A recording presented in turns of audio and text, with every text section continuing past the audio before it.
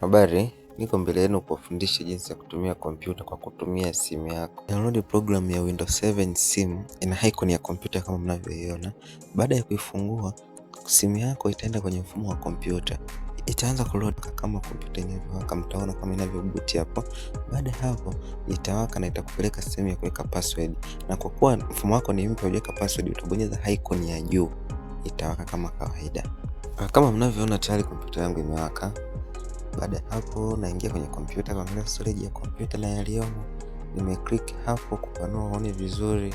Nika-click sehemu ya picha, nikaangalia picha iliyomo. Tayari simu yangu iko kwenye mfumo wa kompyuta. Jinsi ya kufanya huo mfumo wa kompyuta: usome vitu vilivyomo ndani ya simu yako. Utaklik kwenye kioo sehemu ya desktop bila kuachia. Itakuletea option ikiwemo sehemu imeandikwa upload file here. Kama mnavyoona tayari file yangu na upload kutoka kwenye simu nimeleta kwenye desktop nika-play.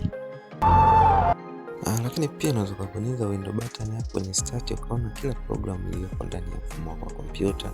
Kila kitu kinafanyika, iwe command line utafanya, zile baadhi ya program utaziona, magame utayaona, huduma ya karata yapo, magame ya kete yapo, magame ya katuni yale yapo. Kwa kila mfumo umetengenezwa kwa njia ya kompyuta ndani ya simu. Ukatype document yako kwa kutumia notepad. In short, kila mfumo mdogo mdogo ulioko ndani ya kompyuta hata huku utaupata. Steps za kuzima ni zile zile tu. Utabonyeza window button, kwa chini kabisa mkono wa kulia utaona sehemu kumeandikwa shutdown. Hapo tayari kompyuta yangu imezima.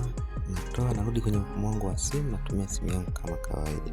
Asanteni, naitwa Remigi, tukutane kwenye somo jingine.